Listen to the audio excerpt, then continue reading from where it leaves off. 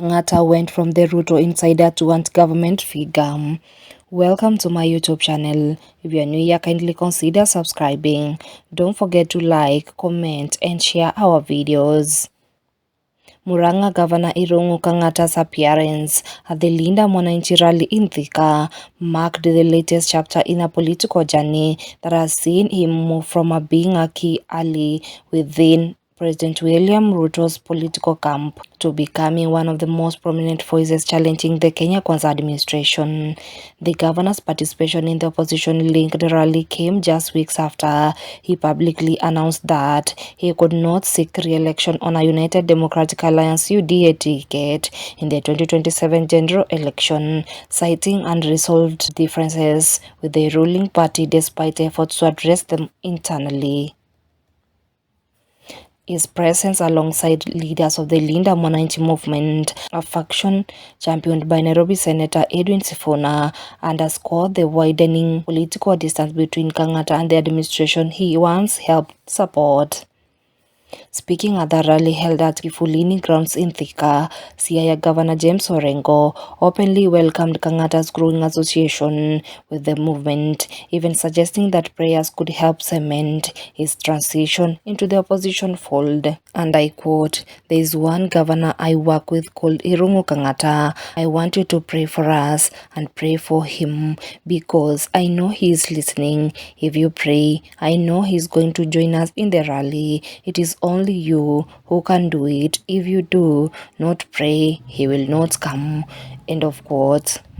While Orengo's remarks were delivered in a light-hearted tone, they reflected the significance opposition leaders attached to Kangata's growing estrangement from Kenya Kwanza, particularly given his influence in the Mount Kenya region, a voting bloc that played a critical role in Ruto's 2022 victory. Kangata's fallout with UDA became public in May 2026 when he revealed that attempts to resolve disagreements within the party, including direct engagement with President Ruto, had failed to produce a consensus. And I quote, "His Excellency the President has always told us that the people are supreme. Thank you for that statement, and therefore my responsibility is to adhere to what the people have told me. In light of that, because I have tried my best to have these issues resolved internally, I have had a candid discussion with His Excellency the President one-on-one, where we shared these ideas, but we did not reach what we call full convergency," Kangata said at the time. The statement was notable because it suggested the governor's decision to break ranks from not abrupt but followed months of the internal engagement.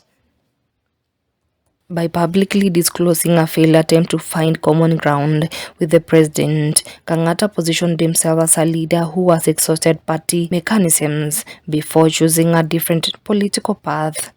At the Thika rally, the Murang'a governor sharpened his criticism of the government, arguing that the administration had become disconnected from the concerns of ordinary Kenyans. He pointed to the high cost of living, increased taxation, and a difficult business environment that he said had contributed business closures and job losses. He also questioned the government's implementation of social health reforms and the affordable housing program, arguing that the policies did not adequately address the country's immediate economic challenges. Kangata also hinted at the possibility of broader opposition cooperation ahead of the 2027 election, and I quote, "I have also asked Sifuna to look for Wamnyoro and work together. I just want a better Kenya." End of quote. The remarks are politically significant because they suggest Kangata is increasingly positioning himself within efforts to build a wider anti-Ruto coalition that could bring together opposition figures and disaffected former Kenya Kwanza allies. His political evolution mirrors a broader trend emerging within Kenyan politicians as leaders who were once part of the ruling coalition begin reassessing their positions amid growing public discontent over the economy and governance issues.